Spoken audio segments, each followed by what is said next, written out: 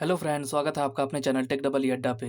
Friend, ये ministry of personnel public awareness और pension की ऑफिशियल वेबसाइट है। यहाँ पे गवर्नमेंट अपने स्टेटमेंट को जारी करती है।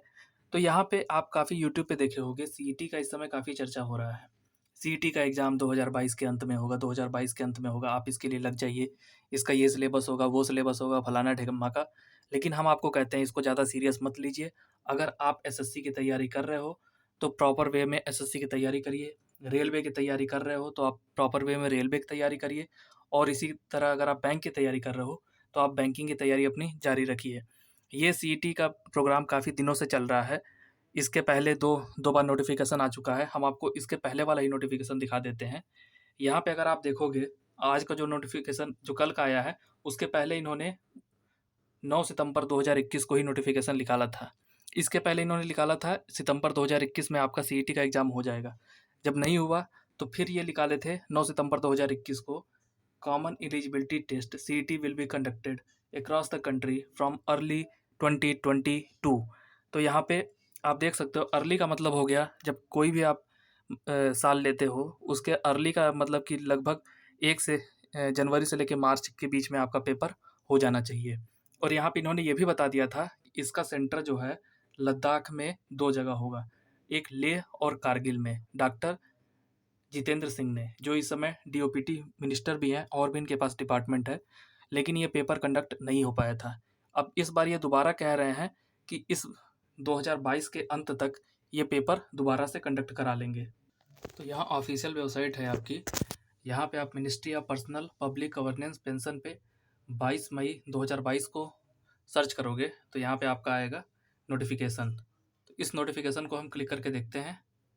यहाँ पे आपका प्रेस रिलीज दोबारा से जारी हुआ है। इसकी जो डेट है ये है आपकी 22 मई 2022 को। इसके पहले भी हम आपको सितंबर का दिखा चुके हैं, वहाँ अर्ली 2022 लिखा था। अब 22 मई 2022 को इन्होंने क्या स्टेटमेंट दिया है, इन्होंने कहा है, ये देखिए, NRA gearing up of the conduct computer based online common eligibility test CET for recruitment of non gazetted post. Non gazetted post में आपके group C plus group D, ये दोनों पोस्ट क्या होते हैं, नॉन गेजेटेड। और मैक्सिमम जो भी पोस्ट निकाली जाती है एसएससी की तरफ से, एसएससी कुछ ग्रुप बी के भी पोस्ट निकालती है और बाकी ग्रुप सी और डी की भी निकालती है। रेलवे भी आपकी ग्रुप सी और डी की निकालती है। बैंक में भी ग्रुप सी और डी वाली वैकेंसी आती है। तो इनके लिए इन्होंने कहा था, अब देखिए दोबारा इन्होंने कहा है ईयर एंड। इस ईयर एंड मतलब कि 2022 के अंत तक ये पेपर करा लेंगे। तो इसके पहले भी इन्होंने कहा था 2022 के पहले करवा लेंगे, उसके बारे में अभी तक कोई इन्फॉर्मेशन नहीं है। फिर अब ये दोबारा कह रहे हैं 2022 के अंत तक हम इसको करा लेंगे। अब ये क्यों नहीं हो सकता है, एक बार हम देख लेते हैं एसएससी के ऑफिशियल नोटिफिकेशन को, तो आपको ज़्यादा क्लियर हो जाएगा कि मैं ऐसा क्यों कह रहा हूँ। तो यहाँ पर आप देख सकते हो, स्टाफ सिलेक्शन कमीशन का टेंटेटिव कैलेंडर आ चुका है 2021-22। 2022 का कैलेंडर पहले ही एसएससी जारी कर चुकी है। तो सीईटी में आपका प्री होना है, प्री से ही मतलब है, प्री का यहाँ पे कैलेंडर पहले ही आ चुका है। अगर आप देख लो डेट ऑफ एग्ज़ाम, अगर आप यहाँ पे देखोगे तो यहाँ पे अप्रैल 2022, मई 2022, जून 2022, जुलाई 2022, सितंबर 2022 recruitment of the head constable ministerial in the Delhi police examination वाला है, आपका कांस्टेबल ड्राइवर वाला है, हेड कांस्टेबल का आ चुका है, सब इंस्पेक्टर दिल्ली का आ चुका है, जूनियर हिंदी ट्रांसलेटर का आ चुका है, साइंटिफिक असिस्टेंट का आ चुका है, रिक्रूटमेंट ऑफ द एमटीएस, जो कि एमटीएस का एग्ज़ाम जो होता है ये आपके ग्रुप डी वाले होते हैं, मल्टीटास्किंग, दिल्ली पुलिस में जूनियर इंजीनियर का आ चुका है। यहाँ पे मार्च 2023 तक का आपका शेड्यूल आ चुका है, अप्रैल 2023 का आ चुका है, जून 2023 का शेड्यूल आ चुका है कांस्टेबल जीडी वाला। अभी इसका नोटिफिकेशन आया नहीं है। तो आप पहले ही दे सकते हो, जब एसएससी ने 2023 तक का अपना कैलेंडर जारी करके रखा है, तो अगर सीईटी हुआ भी, सीईटी का स्कोर कार्ड शायद 3 साल के लिए वैलिड होगा।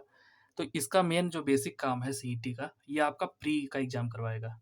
प्री का एग्ज़ाम करवाएगा, इसके बाद आप एसएससी का एग्ज़ाम दो, बैंक का एग्ज़ाम दो या रेलवे का एग्ज़ाम दो, तो सब अपना टायर 2 कराएंगे। यहाँ से वो अपना कट ऑफ डिसाइड कर लेंगे, इतने के ऊपर नंबर वालों को हम अपना मेंस का एग्ज़ाम दिलवाएंगे। तो वो भीड़ छाटने के लिए हो रहा है।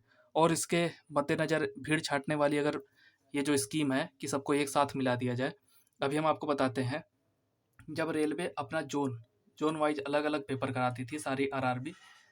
तो हर आरआरबी में देखोगे कभी ना कभी कोई ना कोई वैकेंसी आया ही करती थी। कभी एएलपी की वैकेंसी आ जाए, तो कभी टीटी की वैकेंसी आ जाए, कभी स्टेशन मास्टर की वैकेंसी आ जाए, कभी गुड कार्ड्स की वैकेंसी आ जाए। जब जिस आरआरबी में जिस पोस्ट की ज़रूरत आए, और आपकी क्लर्क वाली वैकेंसी आती थी, टाइपिंग वाली, जिसकी भी ज़रूरत जब पड़े जिस आरआरबी को, वो डायरेक्ट नोटिफिकेशन निकालता था, अपना एग्ज़ाम करवाता था ऑफलाइन। अगर इस समय होता तो ऑनलाइन करा लेता, अपना टेंडर निकालता। एक आरआरबी में मैक्सिमम 1 करोड़ बच्चे तो नहीं आएंगे। हर आरआरबी में अपने हिसाब से आपको वैकेंसी को फिल करने की आज़ादी थी। अब इन्होंने क्या किया, ये इनकी जब सरकार बनी, इन्होंने कहा नहीं, आरआरबी अब अलग अलग कर रहे हो तो हमें वैकेंसी का पता ही नहीं चल रहा है, क्योंकि हमें वैकेंसी का प्रचार भी करना होता है। तो इन्होंने कहा कि आरआरबी 21 जोन है, सब के सब 21 जून एक एक साथ मिल जाओ। जब आपको ज़रूरत पड़ेगी उसके हिसाब से आपको फिल नहीं किया जाएगा, जब हमें ज़रूरत जैसी पड़ेगी उस हिसाब से आपकी वैकेंसी को फिल किया जाएगा। अभी आप देखोगे स्टेशन मास्टर का एसोसिएशन है, उसने कहा है 31 मई को हम रेलवे का चक्का जाम करेंगे। उनकी प्राइमरी डिमांड क्या है, इस समय करंट में लगभग 35,000 स्टेशन मास्टर आपके रेलवे में काम कर रहे हैं, 35,000 प्लस। आपके एक स्टेशन पे कम से कम 3 स्टेशन मास्टर होने चाहिए, ये नियम कहता है। क्यों? क्योंकि एक स्टेशन मास्टर 8 घंटे की ड्यूटी करता है, तो 3 स्टेशन मास्टर मिलके 24 घंटे पूरे करते हैं। लेकिन इस समय रेलवे क्या करवा रहा है, एक स्टेशन पे सिर्फ 2 स्टेशन मास्टर को ही दे रहा है। तो एक स्टेशन मास्टर को 12 घंटा, दूसरे को 12 घंटा ड्यूटी करा के उनको ओवर टाइम दिया जा रहा है। आप एक तरह से ये भी देख लो गवर्नमेंट की चालाकी, जैसे 3 लोग काम करते और तीनों की सैलरी 100 रुपये होती, तो 100 + 100 + 100, 300 रुपये उनको देना पड़ता। अब ये क्या किए थे, इन्होंने दो को रख दिया, 100 रुपये इसको देंगे, 100 रुपये इसको देंगे, प्लस ओवर टाइम का इनको दे देगा 20 रुपये, इनको दे देगा 20 रुपये। ओवर टाइम में तो आपका कोई टी ए फिर इसके बाद बेसिक लगाने की ज़रूरत नहीं पड़ती है। आपका जितना सैलरी है उसमें कुछ एडिशनल घंटे का चार्ज जोड़ के दे देगा। तो यहाँ पे हम एक आप रफली आइडिया बता रहे हैं। यहाँ पे रेलवे देखिए, यहाँ पे इसको 300 रुपये खर्च करना था, जो कि सिस्टम के हिसाब से, लेकिन वो कितना खर्च किया, 120 रुपये यहाँ, 120 रुपये यहाँ, 240 रुपये। ये भी खुश हो गए कि हमको 20 रुपये ज़्यादा मिल गया, इनकी सैलरी बढ़ के आई तो ये खुश हो गए। अब यहाँ पे इनकी ये भी खुश हो गए कि हमारी सैलरी तो काफ़ी बढ़ गई। लेकिन एक जो भी ह्यूमन बीइंग होता है उसकी एक पर्सनल लाइफ भी होती है। अगर आप 12 घंटे काम कर रहे हो तो आपके लाइफ में टाइम ही क्या बचेगा। मतलब आप रोबोट हो गए हो, सुबह उठे, इसके बाद 12 घंटे एक चेयर पे जाके बैठे रहिए, खटपट खटपट करिए, ट्रेन आएगी जाएगी, ट्रेन आएगी जाएगी, आप आइए। इसके बाद उनका वीकली ऑफ होता है, वर्कलोड इतना है, मैन पावर है नहीं, वो भी उनको प्रॉपर नहीं मिल पा रहा है। रेलवे यहाँ पे अपना 60 रुपये बचा ले रही है, इनको 40 रुपये दे के खुश की, 60 रुपये बचा ली, लेकिन ये भी कब तक खुश रहेंगे।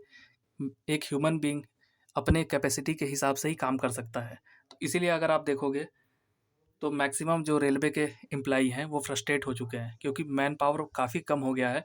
ऊपर से रेल मिनिस्टर हमेशा कुछ ना कुछ अपना वो बता रहे हैं कि हम काफ़ी एडवांस हो गए हैं, टेक्नोलॉजी बहुत ज़्यादा आ गई है, 72,000 प्लस पद पहले ही खाली कर चुके हैं। इसके बाद इन्होंने टारगेट रखा है 81,000 पद का। तो इस चीज़ को लेके काफ़ी बवाल भी हो रहा है, क्योंकि अगर ये जोन अलग अलग होता, मान के चलिए जोन अलग अलग होता, 2019 में अगर आप एक पेपर दिए होते, एक जोन मैक्सिमम टाइम लेता है, वो ले लेगा 1.5 साल। 1.5 साल में वो अपना सब करा के फिट रहता है, इसके बाद वेटिंग लगाता है। जैसे ही उसकी ज़रूरत पड़ेगी वेटिंग, वो अपना फिल कर लेगा। आपको भी ज़्यादा से ज़्यादा मौका मिलता है। ऐसा नहीं है कि एक बार जो आपका पेपर हो गया, नॉर्मलाइजेशन में किसका बहुत ज़्यादा हो गया और किसी का बहुत कम हो गया। तो यहाँ पे आप देख सकते हो दशमलव के लगभग 5 डिजिट तक आपका कट ऑफ बनता है। तो काफ़ी इसके ड्रॉबैक होते हैं। तो जो चीज़ जैसे चल रहा है उसको वैसे ही चलने दीजिए, और वैकेंसी को बढ़ाने पे आप ध्यान दीजिए। ये ज़्यादा इम्पोर्टेंट है गवर्नमेंट के लिए, ना कि आप सीईटी करवाएंगे। सीईटी का सिलेबस का कुछ पता ही नहीं है, सिलेबस इसका कुछ है नहीं। अब इसके सिलेबस में क्या ऐड करेंगे। बेसिक मेन तो एसएससी सबसे ज़्यादा हावी रहता है, सब मिला जुला के एसएससी की सिलेबस आएगी। लेकिन अगर बैंकिंग की आने लगी तो बैंकिंग का सिलेबस अलग होता है, एसएससी का सिलेबस अलग होता है, रेलवे का सिलेबस उससे भी अलग होता है, क्योंकि रेलवे में इंग्लिश नहीं आती। अगर आप रेलवे का सिलेबस देखो तो उसमें इंग्लिश नहीं आती। रेलवे कहेगा कि हमें इंग्लिश नहीं देना है, और बैंक वाले कहेंगे बिना इंग्लिश के हम लेंगे नहीं।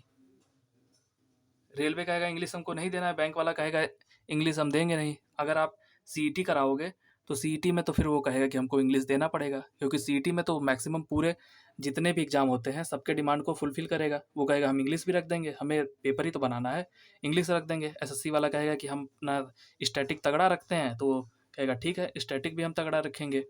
बैंकिंग वाले अपना रीजनिंग तगड़ा रखते हैं, तो हो सकता है ये भी रख दें। अब ये तो समय ही बताएगा सीईटी में क्या होना है।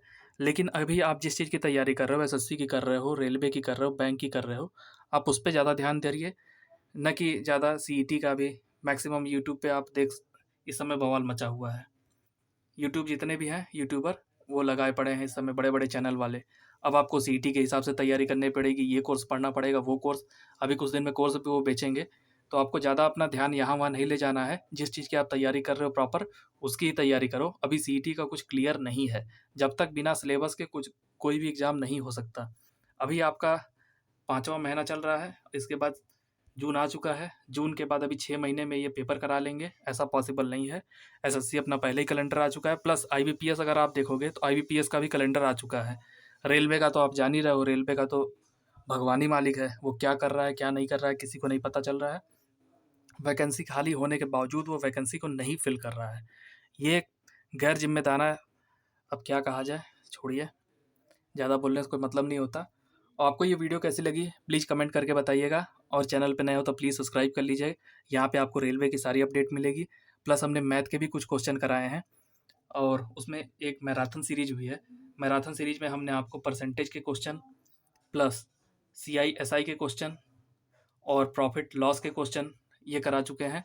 आप इस वीडियो को जितना ज़्यादा देखोगे, लाइक करोगे, सब्सक्राइब करोगे, उसी हिसाब से हम इसका पार्ट 2 भी लाएंगे। इसके बाद हमने बीपीएससी के जो मैथ वाले क्वेश्चन थे उनको भी सॉल्व करा दिया है। सी सेट के जो भी हमें अच्छे क्वेश्चन लगे थे मैथ में पूछे गए हैं, उनको भी हम सॉल्व करा चुके हैं, जो कि आपके रेलवे के एग्ज़ाम में कुछ ना कुछ आपका हेल्प करेगा ही। सो अब की वीडियो इतनी रखते हैं, ज़्यादा लंबी वीडियो करने से कोई मतलब नहीं है। So thank you for watching this video. Channel पर नए हो तो प्लीज़ सब्सक्राइब कर लो।